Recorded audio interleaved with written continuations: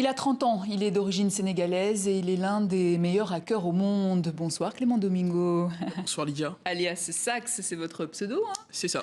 Comment devient-on l'un des meilleurs hackers au monde, Clément? Meilleur, je suis pas sûr, mais en tout cas, Vous êtes trop humble. quelqu'un de passionné en travaillant, en ayant de la rigueur et en se donnant les moyens d'y arriver. Alors, vous n'êtes pas un hacker comme les autres, vous êtes un hacker éthique. Qu'est-ce que ça veut dire?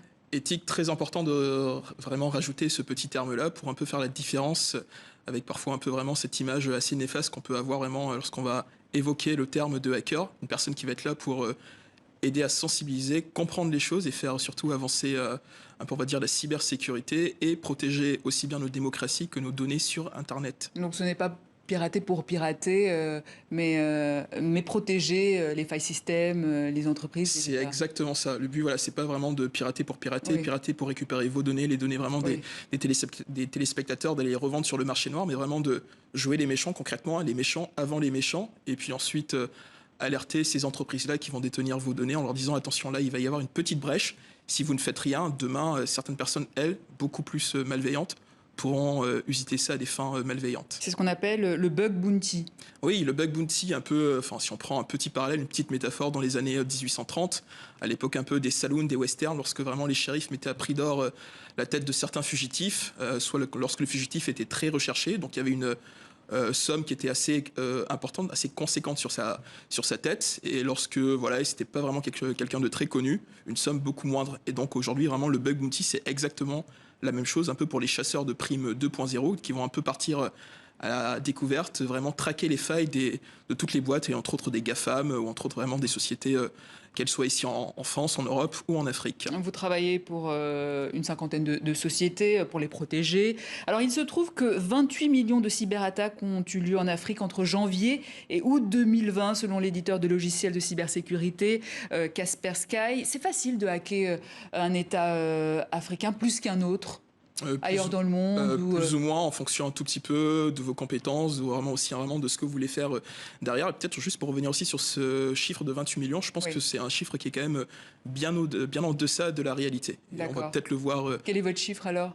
Je pense qu'on peut facilement multiplier ça par un petit coefficient de 1, de 2, voire 2,5. Ah oui, quand même. Quand même. Et on le rappelle, hein, tous les pays africains ne sont pas logés à la même enseigne par rapport Très important en effet de le rappeler, Lydia, qu'on va parler vraiment déjà de la cybersécurité en Afrique. La cybersécurité en Afrique, après il va y avoir des Afriques dans l'Afrique en elle-même. Donc en fait l'Afrique du Nord ne sera absolument pas logée à la même enseigne que l'Afrique de l'Ouest, pas du tout encore par rapport à celle vraiment de l'Afrique centrale ou encore à l'Afrique du Sud. Donc, ce qui veut dire qu'il n'y a pas de législation encore dans certains pays? Hélas, c'est une des grandes choses aujourd'hui qui est vraiment déplorée par pas mal de gens, c'est que vraiment il n'y a pas quelque chose qui va être uniformisé au niveau vraiment du cyberespace africain, si on peut parler de cette manière-là. Et demain, c'est vraiment au cours de la décennie que nous sommes en train de vivre, il faudra vraiment qu'il puisse y avoir des choses autour vraiment de cette législation-là, vraiment différentes lois, aussi bien sur le plan organisationnel, mais technique aussi, pour pouvoir encadrer tous les flux et surtout la cybersécurité en Afrique. Et si rien n'est fait, vous dites que l'Afrique va se retrouver dans un énorme chaos numérique d'ici 2 ans. Ouais, et là c'est un tout petit peu ce que je crains. J'en prends un tout petit peu pour preuve ce qui se passe actuellement en Europe avec vraiment voilà ce chiffre vraiment de cyberattaques qui grossit encore et encore. Enfin, il n'y a pas un jour on n'entend pas parler de cyberattaques, et demain le terrain un peu de jeu préféré du coup des attaquants, ce sera totalement l'Afrique, pour plusieurs raisons. Déjà du fait que l'Afrique commence à être de plus en plus numérisée maintenant. Enfin, quand on regarde un tout petit peu l'Afrique, presque chaque personne en Afrique a vraiment un smartphone, et il y a de plus en plus aussi la numérisation qui est apportée, la consommation de tous ces services numériques, et rien forcément qui est fait en parallèle pour encadrer, pour accompagner et surtout pour éventuellement venir défendre demain la société civile. En tout cas, Dakar a inauguré son premier data center le mois dernier, donc il y a quand même des prises de conscience. Prise de conscience Au niveau des États. Je pense que ça partait vraiment d'une très bonne idée, mais après si on parle un tout petit peu de souveraineté numérique, oui, par rapport un peu à la manière dont ça a été fait, je pense qu'il y avait d'autres manières d'apporter vraiment, faire un peu, on va dire, des data centers qui soient un peu plus dans cette notion-là de souveraineté numérique. Pourquoi vous parlez de souveraineté dans ce cas? Parce qu'entre autres, aujourd'hui, c'est un tout petit peu infogéré par une société qui a quand même en fait une grosse mainmise sur la donnée et sur la mainmise en fait des données et des citoyens, du gouvernement. Donc ça peut Une société étrangère, chinoise en l'occurrence. Voilà, c'est ça. Donc ça peut un tout petit peu, on va dire, demain poser un tout petit peu question.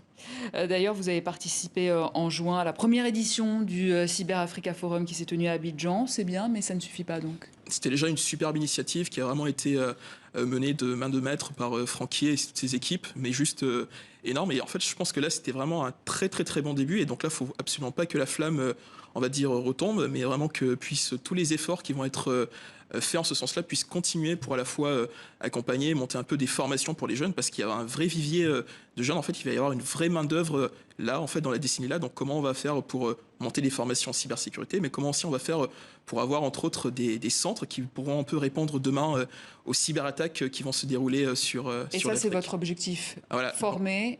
Former, accompagner. Et d'ailleurs, j'en prends un peu pour exemple. Du coup, il y a 2 semaines de ça, il y a une entreprise en Afrique qui s'est fait attaquer, donc totalement aux abois, donc qui nous ont contactés sur Internet. Et donc, on a pu un peu leur apporter notre expertise, entre autres avec 2 autres amis, Sanson et Youssef, et vraiment aider cette entreprise-là à se relever et donc de ne pas du tout perdre tout son business. Et donc, demain, il va clairement et concrètement falloir des centres, ce qu'on appelle un peu des CERT et des CICERT, en fait vraiment des consortiums voilà, de personnes techniques à la fois, mais qui vont pouvoir répondre lorsqu'il va y avoir une cyberattaque. C'est lorsque, pour prendre l'exemple peut-être un peu plus simple pour expliquer, c'est comme si vous avez un incendie dans un immeuble, vous faites appel aux pompiers, donc les pompiers vont déjà venir éteindre le feu, s'assurer qu'il n'y a pas éventuellement d'autres petits brasiers qui pourraient reprendre un peu sous l'effet du vent et autres. Une fois qu'ils ont fait ça, et ensuite sécuriser la structure, mais surtout derrière, éviter que cet incendie-là puisse revenir. Donc c'est exactement pareil en cybersécurité. Il nous reste 1 minute. Clément, il y avait Abidjan, mais il y aura Brazzaville également. Il y aura aussi Brazzaville. En fait, ce qui est vraiment en fait totalement fou, c'est qu'il y a de plus en plus d'initiatives, mais vraiment de belles initiatives qui se montent. Et donc normalement la prochaine, c'est à Brazzaville, le 16 et 17 septembre, pour aussi monter quelque chose en Afrique centrale par rapport à la cybersécurité. À l'heure du Covid, du télétravail, est-ce que vous diriez que les entreprises étaient parées face à la cybersécurité ? Clairement pas. Enfin, je pense que le Covid a fait totalement exploser les compteurs, tant au point en termes un peu de cyberattaque, mais aussi vraiment beaucoup d'entreprises se sont rendues compte qu'elles n'étaient pas du tout prêtes et donc ont ouvert un peu plus leur système d'information. Et donc, qui dit ouverture un peu au monde, dit quand même des angles d'attaque qui sont quand même vraiment du pain béni pour les attaquants. Donc, ce sera aussi un peu des choses à voir et à corriger. Merci Clément Domingo alias Sax. Merci, je rappelle que vous êtes hacker éthique. Éthique. Et c'est